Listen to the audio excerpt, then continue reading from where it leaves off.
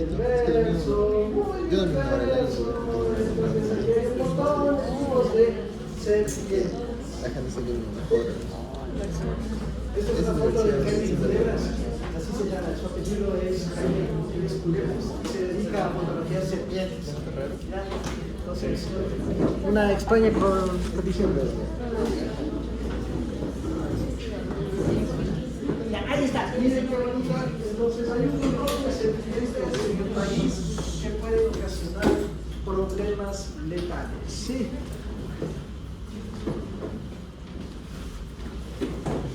Estas son las especies descritas y siguen apareciendo más. Entonces tenemos todas estas especies de Micrurus. ¿Ya? Micrurus pertenece al grupo de las Elapidae. Son la versión que tenemos aquí de las cobras. ¿Ya? Entonces cuando existía Gondwana, Panquea y todas esas cosas, las Micrurus y las cobras tuvieron un abuelito común. Y de ese abuelito, una vez que se unieron los continentes, en Sudamérica están las Micrurus, que son las corales. ¿Sí? Y tienen son medio similares, ¿no? No son tan gigantes como las cobras en África y Asia, pero ambas se ocultan bajo la tierra. Sí, usualmente son minadoras, no están sobre la superficie, sino bajo la tierra. Y adivinen qué, se les ocurre cultivar yuca, que es una raíz, entonces la persona que empieza puede entrar en contacto, y usualmente ahí se dan las mordeduras. Ya. Y en cambio aquí, del grupo Viperidae, están las Botrops y las Botropsis. Estas son las culebras, las serpientes X, ¿sí? Que tal vez ya han escuchado. Asper sobre todo en la costa y Atrox en el oriente. Tienen un primo lejano, pero sigue siendo primo, que es la serpiente de coral. Sí, las corales que son muy famosas en toda la parte de Norteamérica.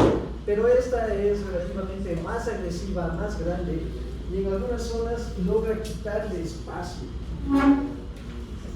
¿Y dónde se dan las mordeduras? En todo lado. Bueno, aquí está las zonas. No. Medio extraño, bueno, también contenía estas zonas, ¿no? Pero sobre todo la zona del oriente, la zona de la costa. En el resto también hay mordeduras. ¿Cuántos casos? 1000 casos más o menos al año, ¿ya? Y de estos alrededor de 100, 150 son letales, ¿ya? Entonces es relativamente un problema importante, ¿sí? Otras cosas que suele ocasionar una mordedura es pérdida de extremidades. En el momento en que muerden, inyectan sustancias proteolíticas y ocasionan destrucción de los tejidos, si es que sobreviven. ¿Sí? ¿Y en qué grupo humano? En el de 20 a 49 años más. ¿Por qué?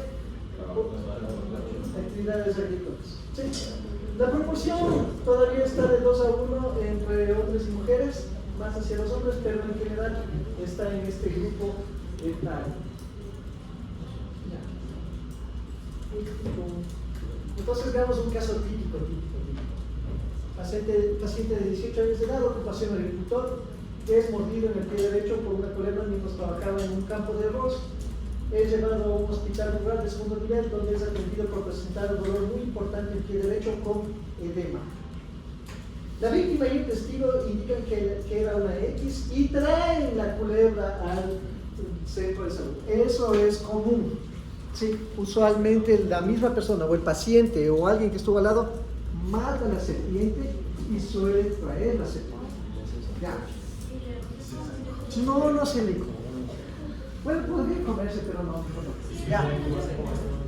Hay algunas indicaciones. El veneno es proteína y no se degrada rápidamente. Si ustedes manipulan la boca de la serpiente o la cabeza y le topan, pueden envenenarse. ¿Sí? Todavía tiene acción después de haber muerto la serpiente. ¿Sí? En el momento de manipular, tengan cuidado. Pero sí me sirve para identificar si se trata principalmente de 2 grandes grupos. O es una Micrurus, una coral, o es una X. Porque clínicamente se comportan diferente y el tratamiento va a ser diferente. ¿Sí? Bueno, relativamente diferente. Y así llega el paciente. Entonces, en emergencia el paciente se encuentra estuporoso, con evidencia de distrés respiratorio, edema, originalmente localizado en el pie derecho y tobillo, que se ha extendido hasta la rodilla. ¿Sí? Se encuentra una flitema hemática en la zona hematosa. Ustedes, ante un caso así, lo primero que tienen que hacer es sacar un marcador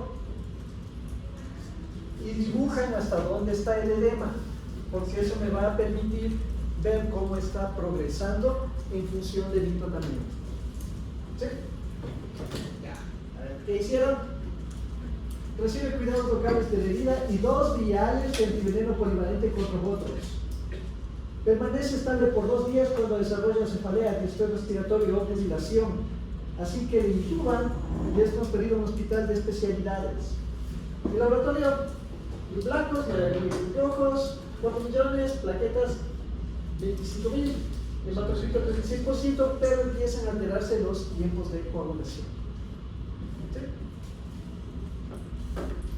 Entonces, 4 viales más. Le dieron 4 viales más de antiveneno y se mantiene el soporte respiratorio. Luego de un día, convulsiona. ¿Sí? Presenta una convulsión tónico-clónica generalizada y en tomografía se le encuentran lesiones hipodensas difusas desde la región occipital hasta la región frontal, compatibles con un caso de edema cerebral. ¿Ya? Entonces no se ve mayor cosa en forma de hemorragia en este paciente específico, sino unas zonas hipodensas que aparentemente estaría compatible con un edema cerebral generalizado.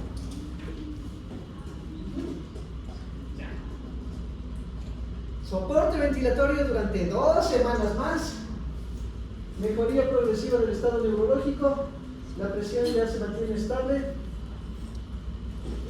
Es dado de alta un mes después. Sí, entonces necesitó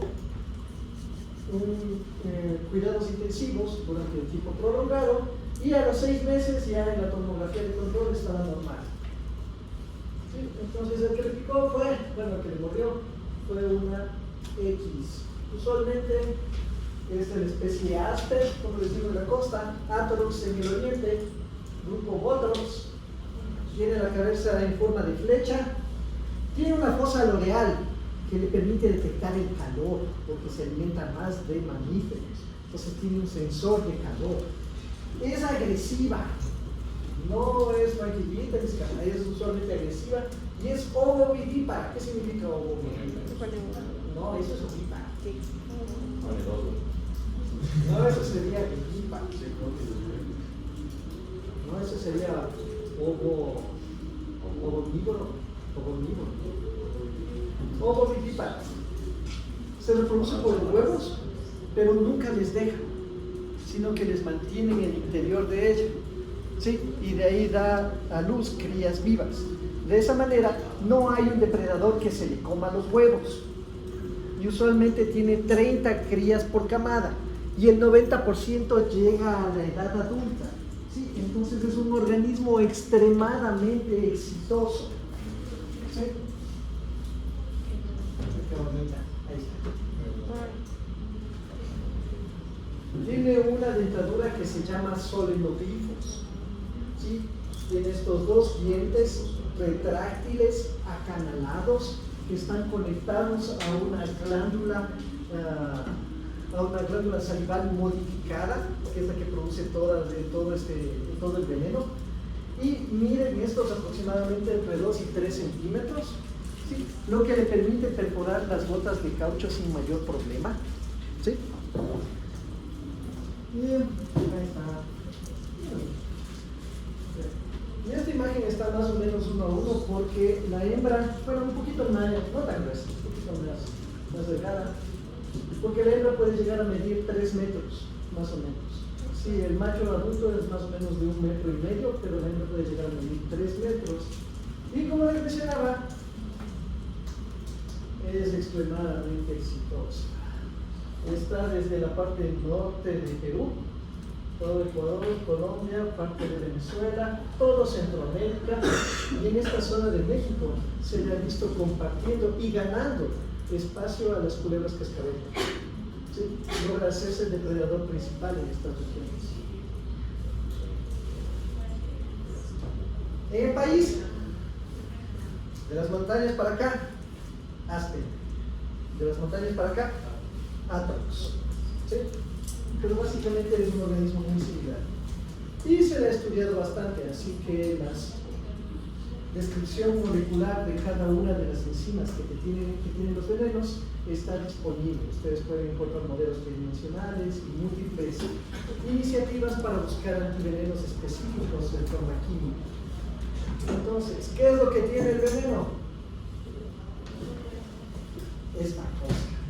Fosfolipasa A2, destruye los tejidos musculares, ocasiona mionecrosis, hemólisis, liberación de ácido araquidónico, ¿sí? y libera moléculas proinflamatorias y trombogénicas. Y esta otra cosa, miren, metaloproteinasas. En cambio, estas inhiben la cascada de la coagulación. ¿Sí? Entonces va a producir hemorragia, interviniendo el sistema de hemostasia y la activación del factor 10 y el 2 y consume el fibrinógeno. ¿Ya? También tiene estas desintegrinas de fragmentos ricos en cisteína que dañan el endotelio y ocasiona problemas de edema, porque si daña el endotelio se sale líquido. ¿Ya? Entonces, ¿qué es lo que ocasiona usualmente el veneno? Coagulación intravascular diseminada. ¿Por qué? Porque bloquea la coagulación o porque daña el endotelio y se me activa y la cascada de coagulación, se consumen plaquetas y me da coagulación intravascular diseminada. Y el otro, le destruye a los músculos. ¿Sí? Porque el veneno es una primera fase de la digestión. Acuérdense que estos animales se comen una presa y está ahí durante mucho tiempo. Entonces el veneno ya le empieza a digerir. Y eso es lo que va a suceder si se da una mordedura. Va a haber una digestión de los músculos. Desintegrinas de tamaño medio, inhibidor potente de la agresión plaquetaria, produce sangrado. Estas de aquí, las proteínas hipolectina, respuesta inmune y apoptosis. Ya nomás, aunque no se mueva, bloquea canales de iones y entonces da paro o alteración de la conducción cardíaca. El aminoxidasa que produce apoptosis, inducción de edema, hemorragia y inductor de la agregación plaquetaria y proteína salserina, ¿sí? Que es porfirina. Entonces, como les decía, hay un montón de estudios que están tratando de enfocar qué cosas se le puede bloquear y también hay una serie de fármacos que han sido identificados a partir de los venenos de serpiente. Por ejemplo, captopril. ¿Sí? Entonces, tiene una serie de compuestos que son interesantes. Hay una idea de que las culebras recién nacidas o pequeñas, estas serpientes, son más venenosas que la adulta. Y no es tal, sino que la composición que tienen es diferente. Tienen las mismas toxinas, pero en proporción diferente. Porque la presa que se alimentan es diferente. Usualmente una culebra pequeña se alimenta o de un insecto o de pequeños lagartijas o anfibios, ranitas. Entonces lo que quiere es que no patalee y que pueda comer de rápido. Entonces tienen más bloqueadores de canales de iones. Mientras que una culebra adulta de 3 metros ya no le importa que patalee y se come una zarigüeya. Entonces lo que necesita es que eso se digiera rápido. Y entonces tiene más enzimas proteolíticas o de coagulación antes que las otras. Y entonces los efectos suelen resultar diferentes. Hay otro problema, este es un estudio que se hizo en Costa Rica. Y cogieron culebra de aquí, se fueron 50 kilómetros y cogieron otra culebra y les analizaron los venenos. Y sí tienen las mismas toxinas, pero no en las mismas proporciones. ¿Sí? Aquí hay un poco más de esta que de esta. Y eso ocasiona que los venenos no funcionen igual.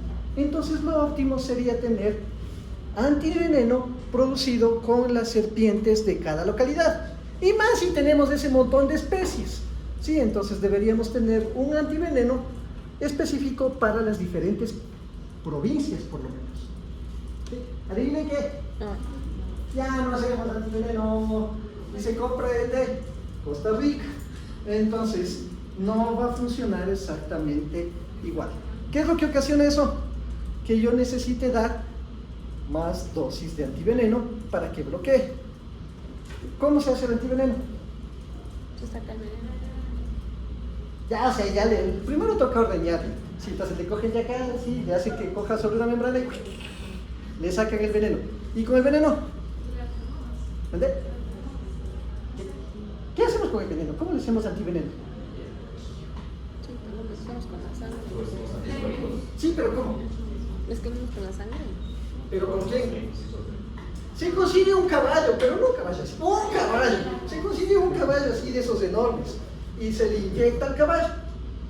Y entonces el caballo va a ocasionar anticuerpos contra el veneno y no se va a morir. Sí, va a bajar su esperanza de vida y todo, pero de esa manera consigo antiveneno. ¿Y de ahí qué le hago al caballo? Le saco sangre y saco el plasma. Al plasma le liofilizo y ese es el antiveneno. No, caballos, un monstruo así, tiene que ser un mamífero grandote. Y entonces al paciente ustedes le van a poner inmunoglobulinas de caballo. ¿Qué es lo que va a suceder? Reacción anafiláctica. Y si no tengo una que esté funcionando más y tengo que aumentar la dosis, aumenta el riesgo de una reacción anafiláctica.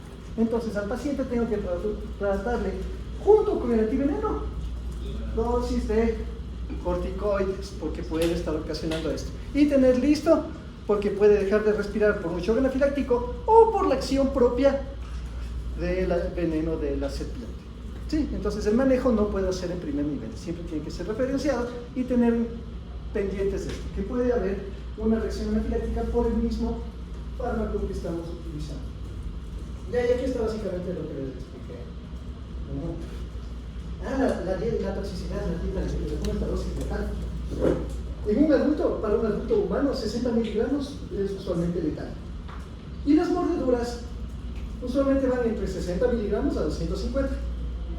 Es decir, 2 o 3 veces la dosis letal mínima para matar a un ser humano.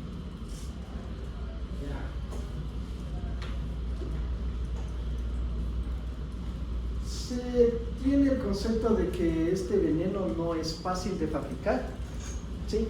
Y que representa mucho trabajo para la serpiente y que no lo malgasta, ¿sí? Entonces, en ciertos casos, puede morder sin que inyecte veneno.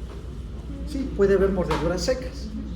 ¿Sí? Entonces, lo primero que tengo que hacer con una mordedura de serpiente es ver en qué grado está. Puede haber sido una mordedura sin envenenamiento, en la que sí está doliendo, pero no hay ni edema ni hemorragia. O puede ser un envenenamiento mediano, en el que sí está inflamado, pero solamente, por ejemplo, si está en la mano, está solamente la articulación más cercana, incluyendo el edema, ¿ya? Pero no hay sangrado, ¿ya? Y tampoco se ha presentado fritema, ¿sí?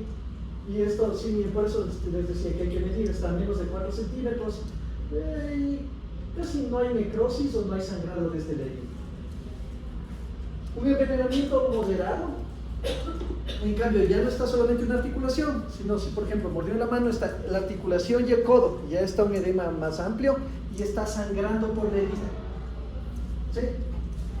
Y se ve, sí, sangrado por ahí, pero no hay necrosis todavía. Y puede haber una fritema, pero no en muchos casos.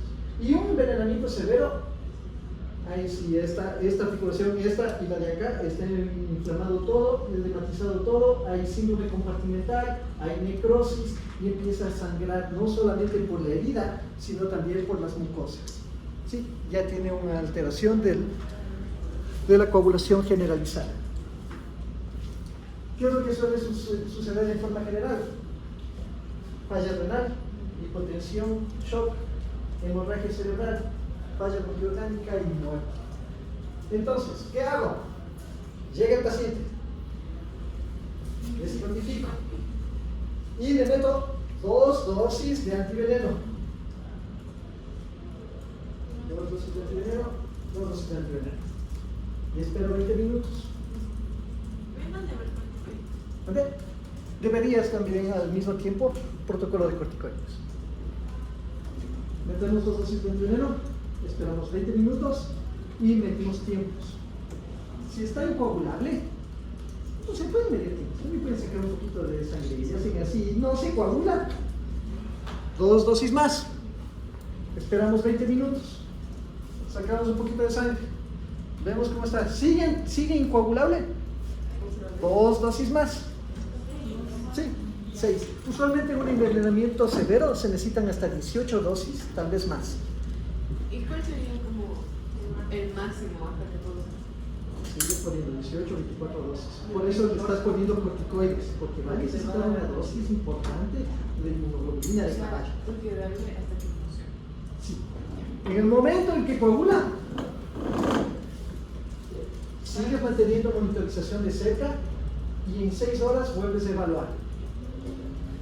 12, 24, 48 horas. ¿No hay sangrado? Y gritamos éxito. ¿Sí? Si no, posiblemente va a necesitar otro tipo de cuidados también. Debridación de la zona micrótica y otro tipo de atención. Entonces, lo hermoso sería que exista suero antiofídico, ya que también suele ser un problema. Como les digo, ya lo fabricamos aquí, se está comprando de Costa Rica, se sigue comprando de ahí, y si está disponible sería lo otro. Segundo, educación a la comunidad para evitar retrasos. Ya. No vale ponerle gasolina, no vale hacerle torniquetes, no vale vasos de jugo de limón puro, ¿sí? No vale choques eléctricos, no hay evidencia a favor de los choques eléctricos, eso fue una canallada completa, ¿sí? No da choques eléctricos, lo que necesita es el antiveneno, capacitación al personal médico, no torniquetes ni vendajes.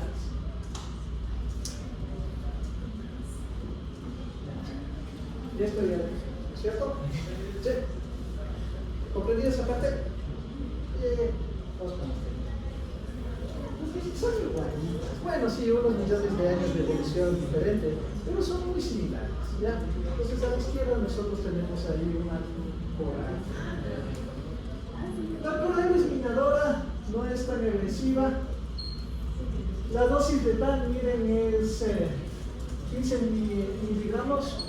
Si el tamaño de la serpiente es hasta 1.5 metros, usualmente da máximo en la inyección unos 15 miligramos. No tiene unos dientes así como el anterior, ¿no? Este tiene unos proglifos, nomás se llaman estos, que son unos dos pequeñitos, que miden 3 milímetros. ¿Ya?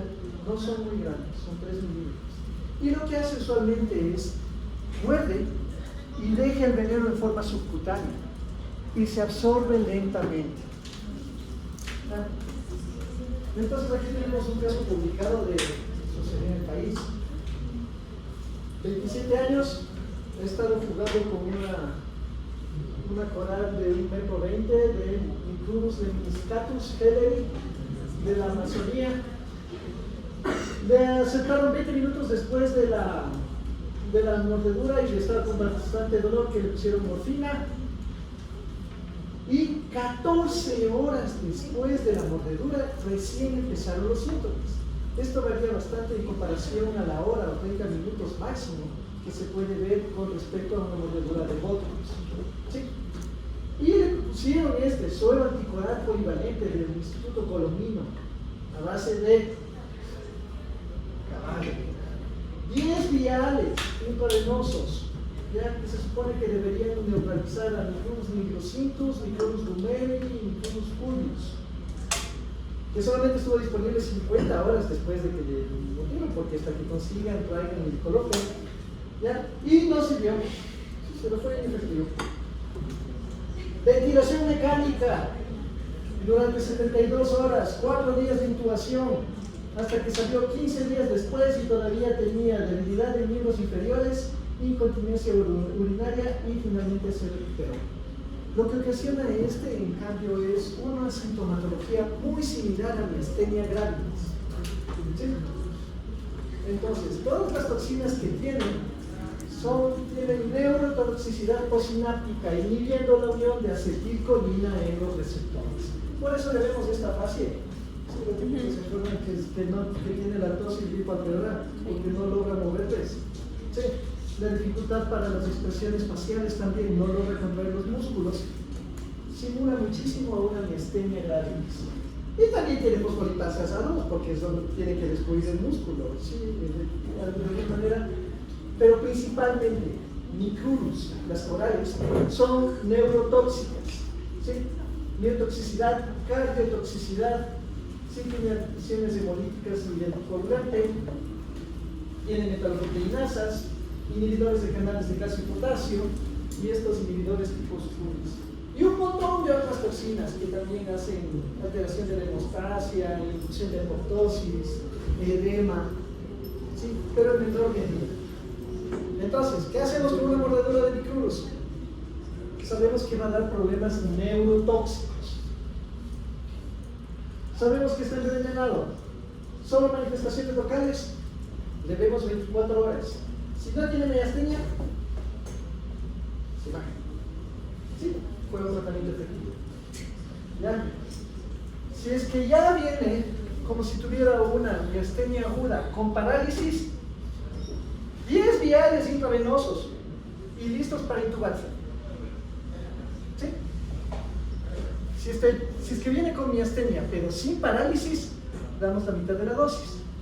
5 viales intravenosos y evaluamos. Fracasa, se da la parálisis generalizada, 5 viales más y posiblemente intubación. Si es que se recupera, descargamos. ¿Sí? Alta. Después de los 5 viales, ¿cuánto tiempo vemos para la parálisis que nos genera? Alrededor de 12 a 24 horas. ¿Y a los 5 viales contarían para los 10 finales? ¿O? Sí. O sea, de los 5 le pones 5 más. Ya, entonces, drogas anticolinérgicas se considera que se podría utilizar. Sí, aspirina. Vendajes no hay evidencia, nada de vendajes, nada de torniquetes, nada de esas cosas. Neostigmina y drogas anticolinérgicas podría servir en alguna medida. ¿Sí? Ya. ¿Sí saben cuál es la vida negra? Sí, pues vive ahí. Sí. Entonces, en Quito se le encuentra de toda la Quito norte hasta la mitad del mundo, pasando el PCD, la mitad del mundo, el Parque Jerusalén, toda esa zona. ¿Sí? Y hay muchos otros sitios en el país. Ahí está, las molectos. Y últimamente también hay gente que le tiene de mascota. Hay un montón de grupos que tienen de mascota y hay grupos que pertenecen a unos grupos, pero no le tienen, bueno, sí le tuve una vez de mascota, pero ya no tengo una mascota. Pero sí puede haber eso. Ahorita un montón de gente está teniendo animales exóticos como mascotas y puede haber mordeduras, sea de serpientes y de estos artrópodos venenosos. La toxina es la alfa-latrotoxina que ocasiona una descarga masiva de acetilcolina. ¿Qué pasará? Síntomas de una descarga masiva de acetilcolina.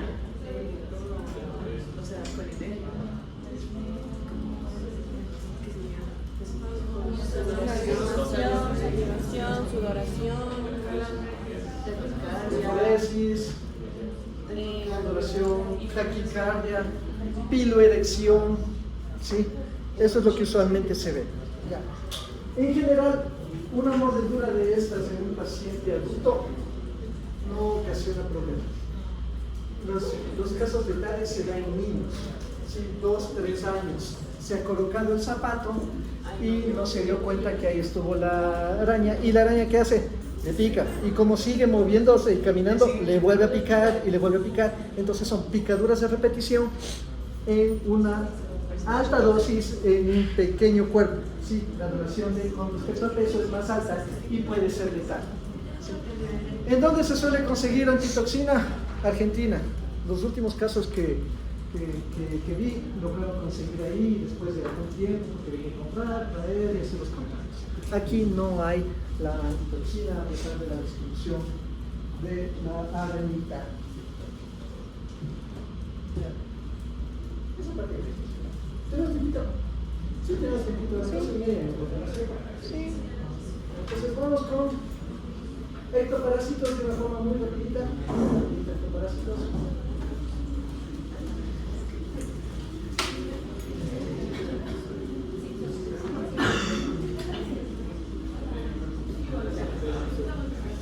Ectoparásitos, ¿qué significan ecto? Por fuera. Ya, ¿qué se les ocurre? ¿Qué parásito? Un ectoparásito. Gracias. Poquita. Otro piojo. Otro más. Otro piojo más. Porque hay 3 tipos de piojo. Uno de la cabeza, uno del cuerpo y uno de la región inguinal. Y son 3 especies diferentes. Otro más. Escariosis. Y también las garrapatas. Entonces empecemos con escariosis. ¿Qué me interesa de las escariosis? ¿Cuál es el problema con una escariosis? Ah, que pica mucho. ¿Qué más? ¿Cuál es el problema con una escariosis? Se contagian todos. ¿Cuál es el problema con una escariosis? ¿Qué pasa con escariosis? ¿Y qué pasa en las lesiones? ¿Con qué? Con microorganismos. ¿Y ese microorganismo qué puede ocasionar? Una respuesta inmunológica cruzada. ¿Que puede afectar qué? Las válvulas cardíacas y el riñón. Se ha considerado, sí, se le da cierta correlación con fiebre reumática por una sola infección con grampositivos, específicamente cuál puede ser el escorpión. Sí, ese es el principal problema, el relajo con este. De ahí que pica, que ocasiona problemas, sí es incómodo, no va a poder dormir, pero que produzca fiebre reumática es el principal problema. ¿Sí? Y es este es un arácnido, es un ácaro, miren, tiene 8 patitas, 1, 2, 3, 4, 5, 6, 7, 8. Se mete principalmente en estas zonas, hace canales, cavernas bajo la piel, y adivinen qué hace ahí. Defeca, primero defeca, luego pone huevos, y de cada huevo sale otro, y se va por su propio camino, y entonces, infestaciones masivas como esta, ocasiona una escariosis costrosa. ¿Sí? En este hay millones de estos, debajo de la piel que son los síntomas, pero que usualmente en una infección hay unos 10 a 14. Si es que se ven lesiones de este tipo, hay que pensar en un grado de inmunodepresión. El paciente muy probablemente tiene inmunodepresión de base, sea VIH o este virus HPLV1. ¿Sí? El diagnóstico microscópico se ve clínicamente, ahí se puede ver. Estas son lesiones también. Son las típicas lesiones. ¿Qué vamos a darle? Ya, permefrina tópica. ¿Qué más hay como? Ivermectina. Suponiendo que consigamos, ya les dije que era del uso veterinario, pero alguien dio a toda una ciudad durante la pandemia, entonces de alguna manera debemos conseguir esta cosa. Sí, y también hay compuestos tópicos a base de azufre. Hay estos jabones de sulfuro, champús de sulfuro que permiten eliminar. ¿Sí? Usualmente ivermectina no en embarazo, en esos casos utilizar las opciones tópicas que usualmente son muy efectivas. Y aquí hay una carita que dice eso. ¿Sí?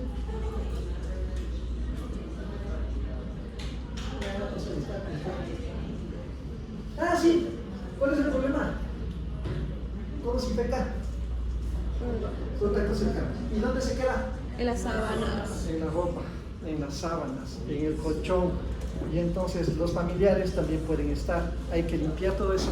Lavar con agua caliente es más que suficiente. Vamos con los piojos, como les dije, 3 tipos. ¿De cabeza? Capitis, Pubis. corpis y Pityrius pubis, porque solamente vive en la región inguinal. Y ahí está. Entonces, capitis en la cabeza. Los niños, estos se van a la escuela y ahí están entre ellos y se pasan. En cualquier ambiente escolar, es independiente del tipo de escuela que vayan. En humanos, corpis, vivir en refugios, refugiados, personas en situación de calle. ¿Cuál es el problema? Son vectores de todas estas cosas, ¿se acuerdan? Riqueza Corvaceti, Bartonella Quintana y Borrelia recurrentes. Y el Pityrius pubis usualmente está a través de, se da por contacto sexual. Entonces el tratamiento también debería ser para parejas sexuales. Crema de pervitrina funciona súper bien. Pero en mi cabeza hay estos peines antipiojos que permiten retirar los huevos que se anclan en los cabellos. ¿Sí? O ivermectina vía oral. Ahí está. Vamos con la miasis. Sí, miasis. ¿Qué son las miasis? Larvas. ¿Y cómo se hacen estas? Sí, pero no es tan sencillo, es más loco que eso. Es mucho más loco que eso. Entonces, de una pupa sale este mosco. Y este mosco le busca a otro mosco y le atrapa a este mosco. Y en este mosco le pone huevos en este mosco. Y este mosco se va a alimentar de un mamífero y le da poniendo la larva al momento que se mete el mamífero en la piel de esta persona. Entonces aquí hay un, miren el tono loco. A este pobre mosco llegó otro mosco y le colocó las larvas para que le coloque en un huésped del cual se iba a alimentar. ¿Sí? ¿Y qué es lo que sucede? Coloca la larva se mete bajo la piel, se indura, deja un poro por el que respira, y de larva se acuerdan qué pasará. ¡Pupa! Y de la pupa se rompe entonces en la piel y emerge el insecto adulto. ¿Ya? ¿Cómo le damos tratamiento? ¿Qué hacemos? Pero ¿cómo le matas? Sacando. Vaselina. Sí. Entonces, si colocamos un poquito de vaselina, le tapamos el poro respiratorio, se ahoga, se desespera, sale y ustedes retiran y limpian. ¿Qué más se puede utilizar? Algo que le moleste. Aceite. Tabaco mojado, se le coloca alrededor y la nicotina le desespera y se sale, ¿ya? O extraer quirúrgicamente, no aplastar porque pueden matarle, romper y eso se va a hacer un granuloma y se va a infectar. ¿Sí? Esa es una, ¿no? También puede haber otras miasis en las que viene una mosca que se alimenta de carne y que sin hacer todo este ciclo coloca larvas en una persona, usualmente cuando hay descuido, ¿no? Entonces, por ejemplo, sí, en fosas nasales, ¿ya? El diagnóstico ya sabemos cómo se hace, se identifica. ¿Qué hacemos para el tratamiento? Sacar la larva, limpieza y debilidad. ¿Sí? Entonces, este es un caso de un paciente en situación de calle con esquizofrenia de base. ¿Sí? Se había perdido de su familia, la familia le había estado buscando durante años, había estado en situación de calle y es ingresado en el hospital con una infección masiva, una mesis masiva en el cuerpo cabelludo, con alrededor de 200 larvas, 200 o 300 larvas, es un vesicalde pronunciado. ¿Ya? Entonces, tratamiento, hay que quitar las larvas. Entonces se hizo una debilidación quirúrgica en la que se le limpió completamente esto y trabajo importante con trabajo social, con la familia, poner medicación de depósito y todo. Mira, aquí ya está el tejido de granulación, cicatricial, ya esto ya está cerrado. Entonces sí puede ser un parásito oportunista en situaciones de negligencia, de dificultades. ¿Sí? Usualmente la presencia de un parásito, sea piojos, pulgas o esto de aquí, me da un indicio de qué le pasa al paciente. ¿Ya?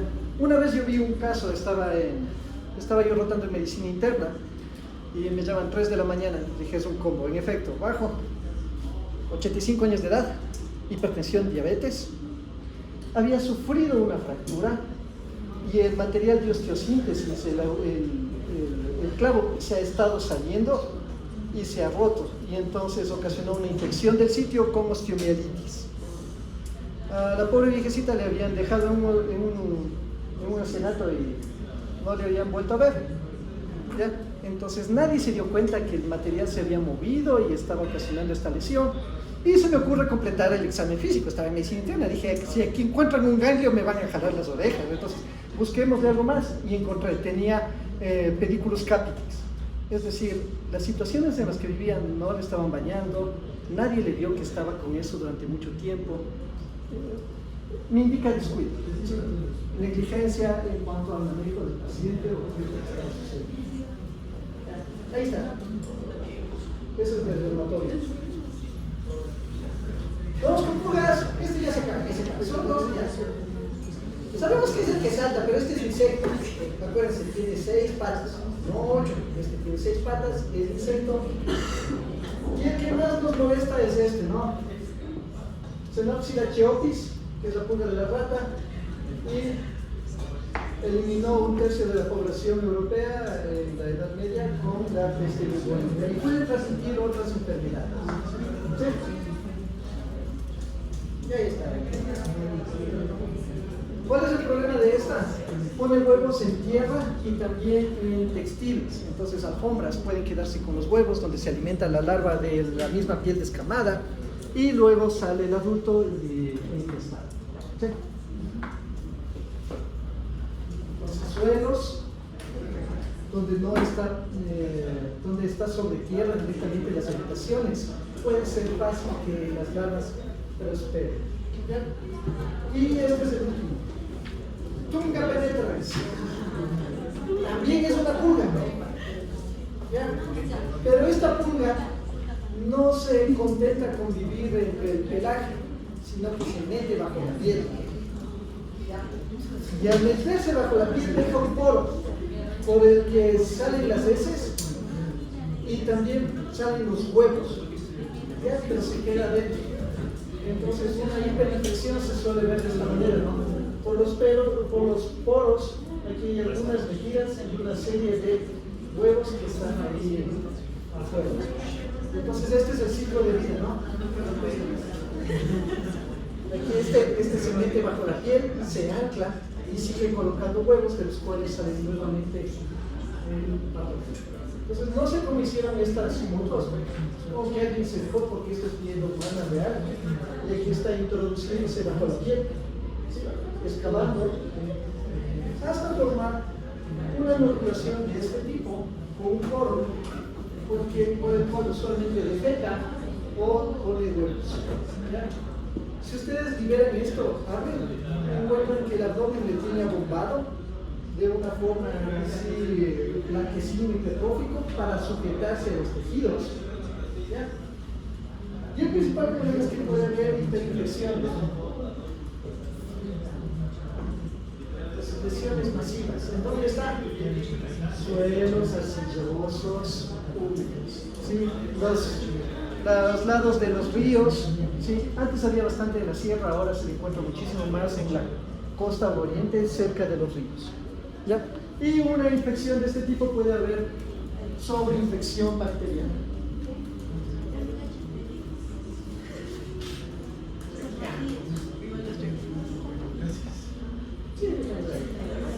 Con eso creo que acabamos el programa. Sí, ha sido muy tranquilo.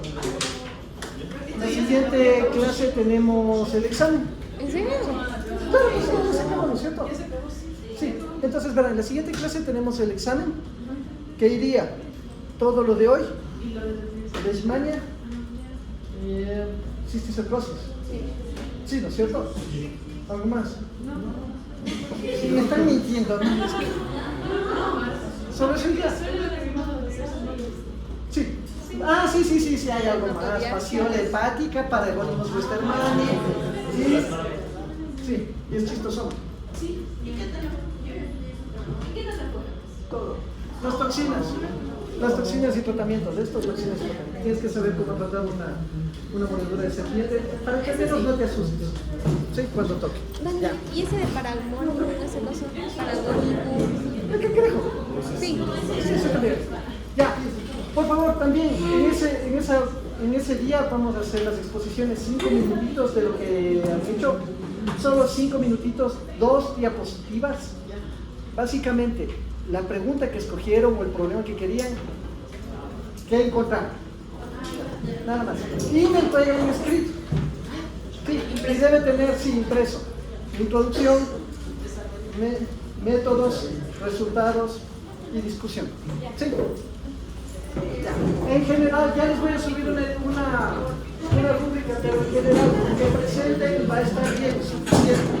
¿Sí? Si es que encuentro que ahora están mucho más interesantes, seguimos trabajando.